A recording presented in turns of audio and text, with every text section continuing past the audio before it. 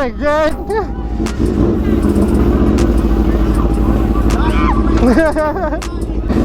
I see you. Woo! Woo! Push! Push! Oh my god, what is happening? Why are you getting naughty on me, baby girl?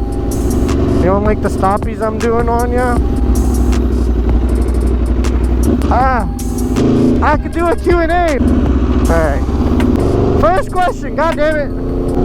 Give me my... No, that's not. That was the event. I need my first question. Alright, give us your most wildest motorcycle riding experience. Not gonna lie, I've had a lot, but this year, when I hit that damn coyote in that turn, that was crazy. I smacked him. I think he's okay. I went back the next day. I didn't notice any damages or anything. Construction crew pushed me off the lot at the end of it, so I wasn't even able to go back in the first place. I mean, not that you should ever go reverse traffic on a highway, especially in a turn on an overpass, but you know. I went back the next day and a couple days after just to see if maybe he's limping around or he's, you know, but it was on an overpass, so where else is he gonna go other than the side of the road? And he wasn't there. I didn't see any blood or anything. There was a lot of, you know, probably a lot of front force. Is it open, bro? I need a hoodie. Is Von Mills open, bro? I'm low-key needing a hoodie. I kind of stained my white shirt. I stained my white shirt from the damn taquitos at Contigo's. Oh my god, that's a bar. So good that I was like going crazy. And why is my second gear so notchy? Third is so smooth. Second is like, I don't want to be here. Second gear left the chat. It didn't. It's here. Anyways, yeah, I hit a coyote.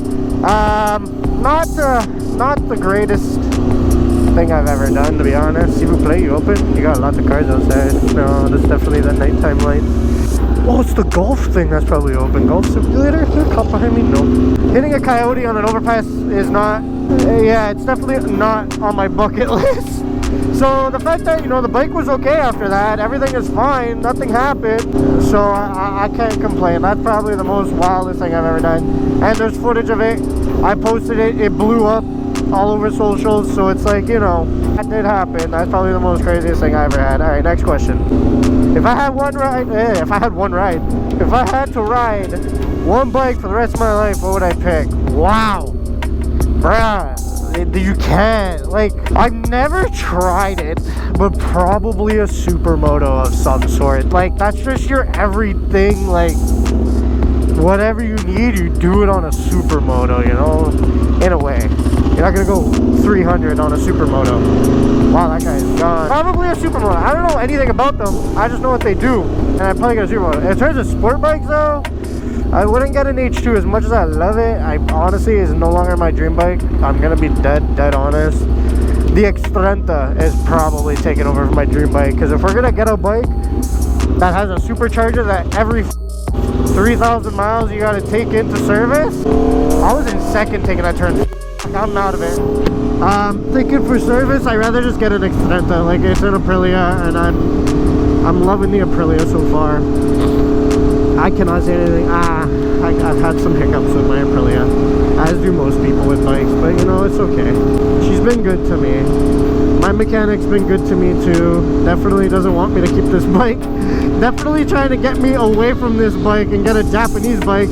But insurance in Canada, at least in Ontario, freaking sucks. Like, tell me how the only leader bike I can get insured on is a European, i.e. Italian, because even the freaking BMWs I can't get. But this RSV4, like, is the only damn bike I can get insured on. Now, mind you, I did get laughed at when I called in insurance. They're like, you're 23 and you want an RSV4 without your full license? Ha ha! And then I called another place. They're like, oh yeah, no problem. Mind you, it was expensive.